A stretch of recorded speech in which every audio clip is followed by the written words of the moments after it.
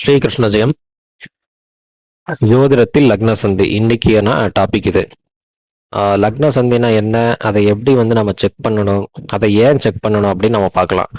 லக்ன சந்தி அப்படிங்கிறது பொதுவாக மேஷம் டு மீனம் 12 ராசி, ஒவ்வொரு ராசிக்கும் 30 டிகிரி இருக்கும். அந்த 30 டிகிரியில ஏதாவது ஒரு டிகிரியில் லக்னம் விழும். சரிங்களா? அந்த லக்னம் வச்சுதான் நம்ம ஒருத்தருடைய தலைவிதியை நம்ம தீர்மானிக்கிறோம் ஜோதிடத்துல.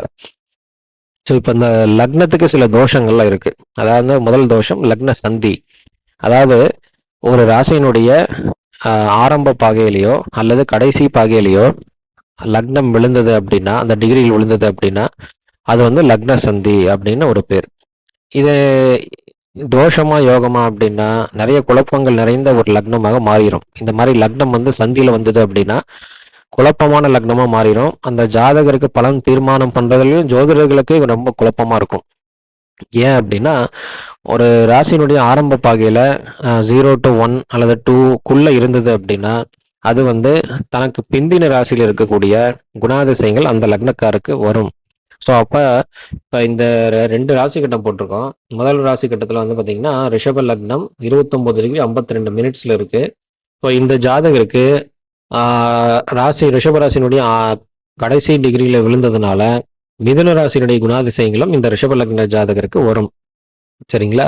அடுத்ததா 2வது கட்டத்துல பாத்தீங்க அப்படின்னா மிதுன ராசியில லக்னம் விழுந்திருக்கு. அதனுடைய டிகிரி பாத்தீங்கன்னா ஆரம்ப பகையா இருக்கு. அதாவது 0 டிகிரி 0 மினிட் 0 செகண்ட்ஸ்.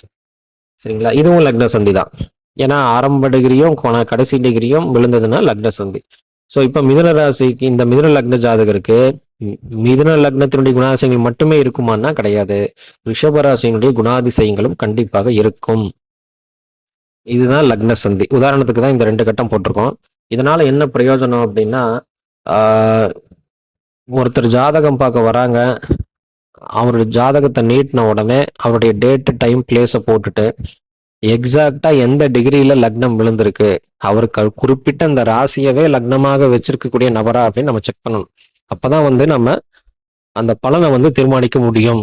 இல்லை அப்படின்னா நம்ம சொன்னக்கூடிய பலன் வேற மாதிரி இருக்கும். அவருடைய லைஃப்ல நடந்த விஷயங்கள் வேற மாதிரி இருக்கும். இதை சொன்ன எதுவுமே எனக்கு நடக்கலையே சார்னு சொல்லிடுவாங்க. சரிங்களா? உங்களுடைய ஜாதகத்திலையும் லக்ன சந்தி இருக்கா, லக்னம் எப்படி இருக்கு, பலமா இருக்கா பலவீனமாக செக் பண்ணிக்கோங்க.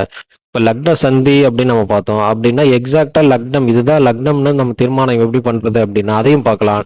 என்ன அப்படின்னா, ஒரு 2-3 டிகிரியில இருந்து இல்ல 3 டிகிரியில இருந்து 28 டிகிரி 27 டிகிரி வரைக்கும்